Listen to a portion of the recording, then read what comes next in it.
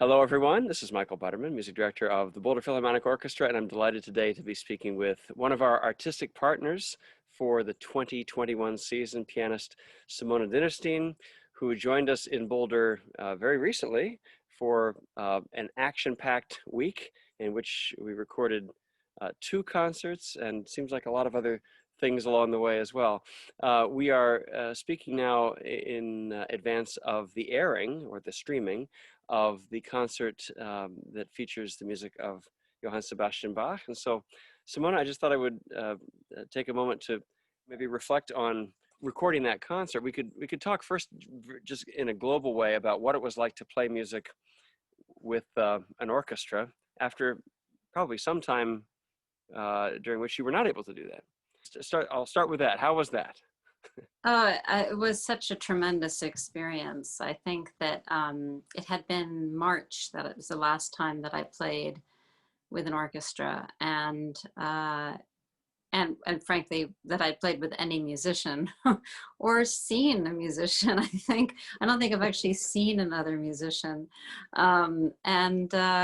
it was so interesting. It was complicated. Like, I felt that it was wonderful to play with everyone, but it was also hard because we all had masks on, and they were 6 feet apart from me and from each other. And so there was this kind of sort of feeling of like that things were just not quite where you wanted them to be. But at the same time, by the end, by the last session, I felt like we had really connected, and we were overcoming the experience of being socially distanced.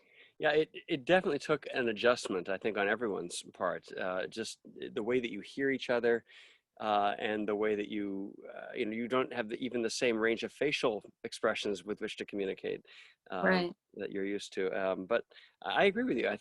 The sense I had was that it really kind of it really did gel together very beautifully by the end. Now, you had a unique role in this concert in particular, in that you were not only our guest soloist, but you were also essentially the conductor of the program.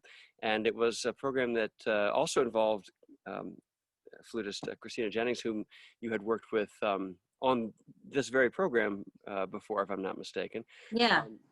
So what was it like to, I guess, be the conductor as well as the soloist in a situation like this? Well, I guess I felt a little self-conscious because I knew you were there. Well, I tried to keep a low profile. And I love how you conduct Bach. So that was, I missed having you part of that, but I felt it made me realize how complicated it is to conduct, because I didn't realize how much of it has to do with your face. Hmm. And especially because when I'm playing, I've now led from the keyboard uh, quite a few times now. Like, it's something that I'm starting to do, and I love doing it. I can't use my hands so much because, of course, I'm playing a lot of the time, especially in Bach.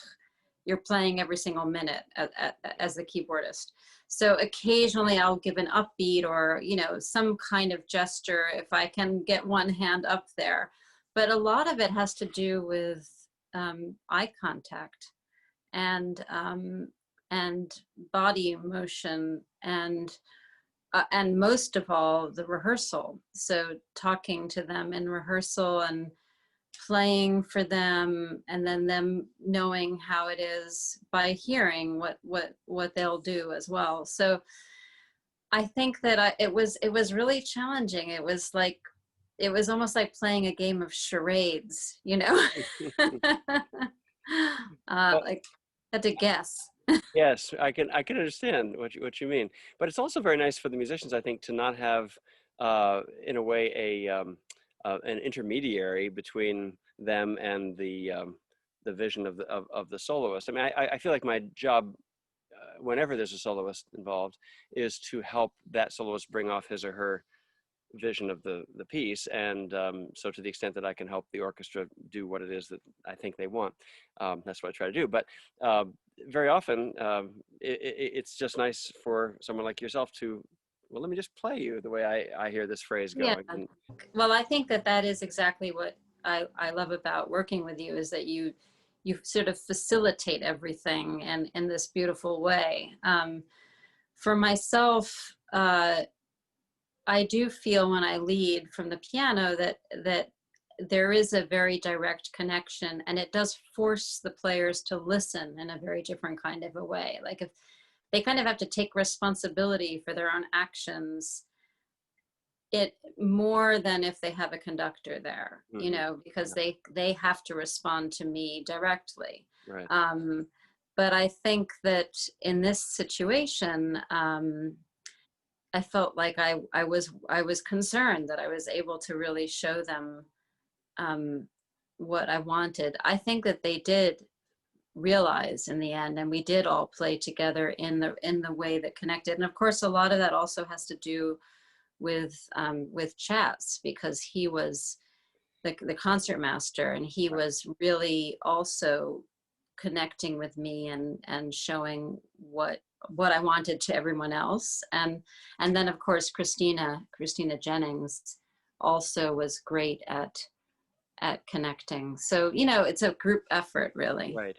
For our viewers that don't know, during Bach's time, the idea of a stand-up conductor was, I don't know that it was known really at all. So this would have been music that would have been led from the keyboard, from the first violin stand, for example, maybe from the flute, depending on who was playing.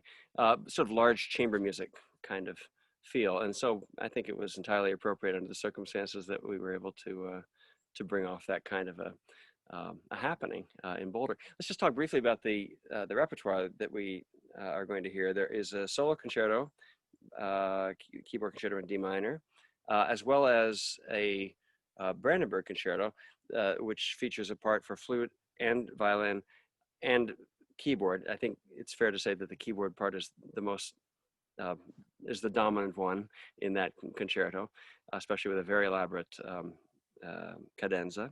But then there are two other pieces in which the piano is playing, or the keyboard is playing a more of a supporting role, I think it's fair to say. In the case of the orchestral suite number 2, you're essentially playing a continuo part, are you not? Oh yeah, absolutely. Yeah. Right. Mm-hmm. And then there's also an orchestration of a chorale prelude by Bach, Erbarm dich, that was made by um, your friend Philip Lasser, composer who wrote a concerto for you that you played in Boulder a few years back. So what was the role of the piano in that piece?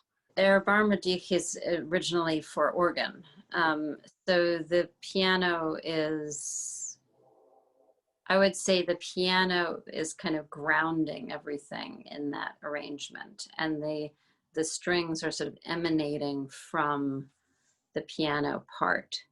Um, so the piano has this continuous role, but it's certainly not a soloist, I would say. It's a real, the way I think of his orchestration of that chorale prelude is that it slightly reminds me of Webern's orchestration of the musical offering, where he kind of took one note and gave it to each different instrument. It has a lot of those qualities. She's referring to a great example of tone color melody, Klangfarben melody, where you take a sort of a longer melody and have it change its tone color as it progresses by having different instruments pick up and so on. So we'll listen for that then in that work. The solo concerto, the D minor concerto, that's one.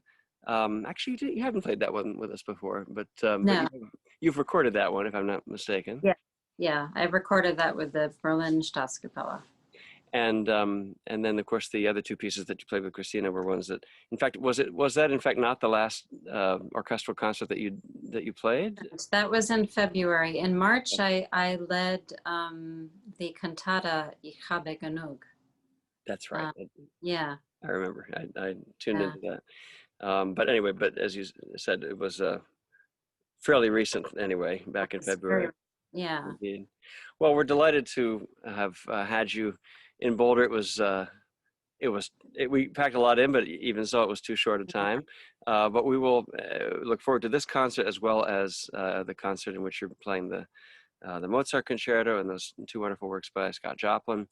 and of course to having you back in the future as well. And we're going to follow this video then with an brief archival performance with Simone Dinnerstein and the Boulder Philharmonic. So please, everyone, tune into our Bach concert with Simone coming up. And again, Simone, great to see you. Thank you so much for taking some time to talk to us today.